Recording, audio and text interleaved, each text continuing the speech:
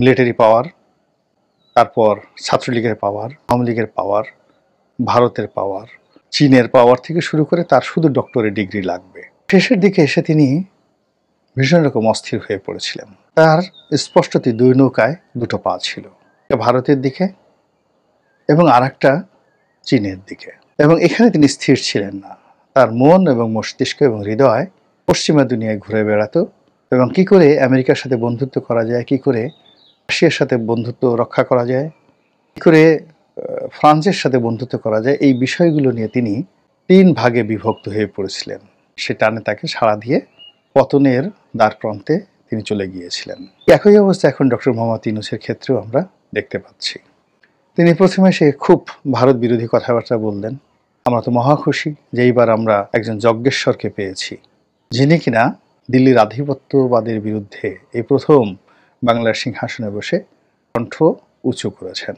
সারা বাংলাদেশ হই হই রই রই করে বলল যে হ্যাঁ, বাপের বেটা হও তো ডক্টর ইউনূসের মতোই হতে হবে। কিন্তু কিছুদিন যেতে না যেতেই তিনি আবার সুর নরম করে ফেললেন।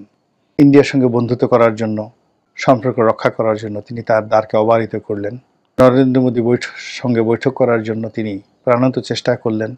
ভারতের সঙ্গে কূটনৈতিক সম্পর্ক স্থাপনের জন্য তিনি জোর তদবির চালালেন।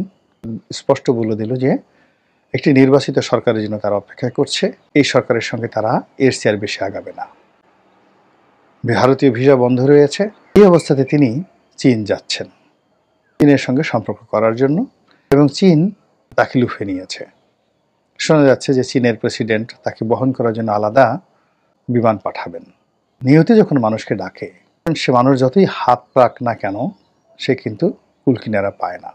এখন বিভিন্ন কারণে ডক্টর মোহাম্মদ ইউনূসের পায়ের নিচ থেকে মাটি চলে গেছে। এখন চীন তো দূরের কথা, 1000 চীন চেষ্টা করলেও তাকে হেফাজত করতে পারবে না, তাকে রক্ষা করতে পারবে না, কিংবা তার সরকারের জন্য কোনো ইতিবাচক সিদ্ধান্ত দিতে পারবে না। বরং চীনের খপ্পরে পড়ে তিনি যদি কোনো সিদ্ধান্ত চীনের পক্ষে দেন এবং চীনের সঙ্গে যদি একটা চুক্তিতে আসেন, সেটি ভারতের জন্য রীতিমতো একটি জিহাদের কারণ হয়ে দাঁড়াবে, এটা জিদের কারণ হয়ে দাঁড়াবে। এই কাজের পাশাপাশি আবার তিনি পশ্চিমাদের সাথেও কিন্তু সম্পর্কটা রক্ষা করার চেষ্টা করছেন। স্পষ্টতই জানেন যে ডোনাল্ড ট্রাম্পের সঙ্গে তার সম্পর্ক ভালো না, ডোনাল্ড ট্রাম্প তাকে ছাড়বেন না। ইতিমধ্যে আপনারা দেখেছেন যে কমলা হ্যারিস এবং হিলারি ক্লিন্টনের সিকিউরিটি পাস সেটি বাদ দেওয়া হয়েছে, বাদ করা হয়েছে। ডোনাল্ড ট্রাম্প বলেছেন যে না, এই ধরনের মানুষ অতি গুরুত্বপূর্ণ বিষয়ে তারা জানতে পারে না। ক্লিন্টন ফাউন্ডেশন নিয়ে তদন্ত করা হবে এবং ক্লিন্টন ফাউন্ডেশনে যারা দান করেছেন, টাকা দিয়েছেন, তাদের মধ্যে ডক্টর ইউনূস পড়ে যাবেন। এরপর ডক্টর ইউনূসের গ্রামীণ ব্যাংক, তাদের যে শাখা কর্মকাণ্ড ইউরোপ এবং আমেরিকাতে আছে, এগুলোতেও তদন্ত শুরু হয়ে যাবে, এফবিআই তদন্ত শুরু হয়ে যাবে।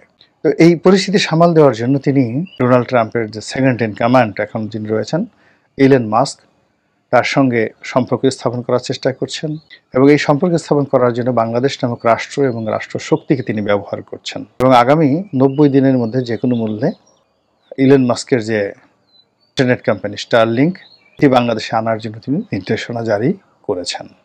এখানে দেশের কত ক্ষতি হলো, এর দ্বারা এক্সিস্টিং যারা ব্যবসা বাণিজ্য করছেন তাদের কি ক্ষতি হবে, দেশের কি লাভ হবে, তার চাইতে বড় ব্যাপার হলো ডক্টর মোহাম্মদ ইউনূস জিদ করেছেন যে তিনি ডোনাল্ড ট্রাম্পের সঙ্গে সম্পর্ক করবেনই। ডক্টর মোহাম্মদ ইউনূসের যে রাজনৈতিক ভবিষ্যৎ, এটি ক্রমশ জটিল থেকে জটিলতর হচ্ছে।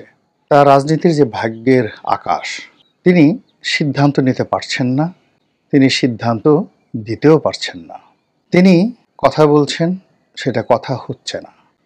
তিনি চুপ থাকতে পারছেন না, আবার যে কথাগুলো বলছেন সেই কথায় নানা রকম কনফিউশন তৈরি হচ্ছে। শেখ হাসিনার জমানাতে শেখ হাসিনার কিছু কর্মকাণ্ডের কারণে তিনি নিদারুণভাবে সমালোচিত হয়েছিলেন।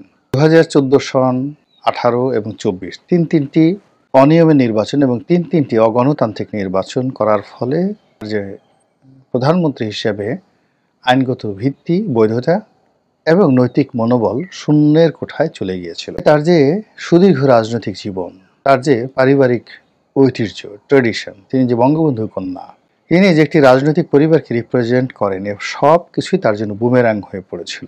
শেখ হাসিনা পরপর 2বার গণতান্ত্রিকভাবে নির্বাচিত প্রধানমন্ত্রী। 1996 সনে এবং 2008 সনে। যে এই বিরাট সফলতা এবং ওই দুই সময়টাতে তিনি যে উল্লেখযোগ্য কর্মকাণ্ডগুলো করেছেন সবই এসে 14 সনের পর এমন হয়ে গেল যে তিনি যা বলেন তা নিয়ে হাসাহাসি হয়। তাহাজ্জুদ নামাজ পড়েন, হাসাহাসি হয়। তার তসবিহ নিয়ে হাসাহাসি হয়। তিনি কাঁঠাল দিয়ে বার্গার তৈরির কথা বলেন, এজন্য তার নাম হয়ে যায় কাঁঠাল রানী। তিনি তেল ছাড়া রান্না করেন, পেঁয়াজ ছাড়া রান্না করেন। জিনিসগুলো প্রশংসার দাবি রাখত। যদি অন্য সময় হতো, তার যে আইনগত বৈধতা এবং ভিত্তি হারিয়ে ফেলেছেন, যা কিছু করতেন সবই মানুষ ট্রল করত। তার পোশাক নিয়ে, তার আশাক নিয়ে, তার কথা নিয়ে, তার চাহনি নিয়ে, সবকিছু নিয়ে। এই যে শেখ হাসিনা যখন এই জায়গাটাতে পৌঁছে গিয়েছিলেন, যখন তার সে আইনগত তার যে বৈধতা নেই এই জিনিসটি তিনি যখন বুঝে গিয়েছিলেন, তখন তিনি তার সেই বৈধতা এটাকে ধামাচাপা দেওয়ার জন্য তিনি শক্তি অর্জন করার চেষ্টা করেছেন, সর্বোচ্চ শক্তি। এভাবে তিনি আমেরিকান লবিকে কাজে লাগানোর চেষ্টা করছেন। তিনি ইম্মানুয়েল ম্যাক্রোর সঙ্গে তার ব্যক্তিগত সম্পর্ক এটাকেও কাজে লাগার চেষ্টা করছেন এবং তিনি ঘুরে বেড়াচ্ছেন রাজনীতির একটা নিরাপদ, এই রাজনীতি থেকে যেন তিনি নিরাপদে প্রস্থান করতে পারেন, সেফ এক্সিট যেন হয়, এই চেষ্টা তিনি করে যাচ্ছেন। তিনি কি এই যে দুই নৌকায় যে পা দিয়েছেন, সেই নৌকার পা সরিয়ে এক নৌকায় দিবেন, নাকি কোনো নৌকায় পা দিবেন না, নাকি শেখ হাসিনার মতোই তিনি সব জায়গাতে বাতি জ্বালানোর চেষ্টা করবেন? মহান আল্লাহ আমাদের সবাইকে হেদায়েত দান করুন এবং হেফাজত করুন।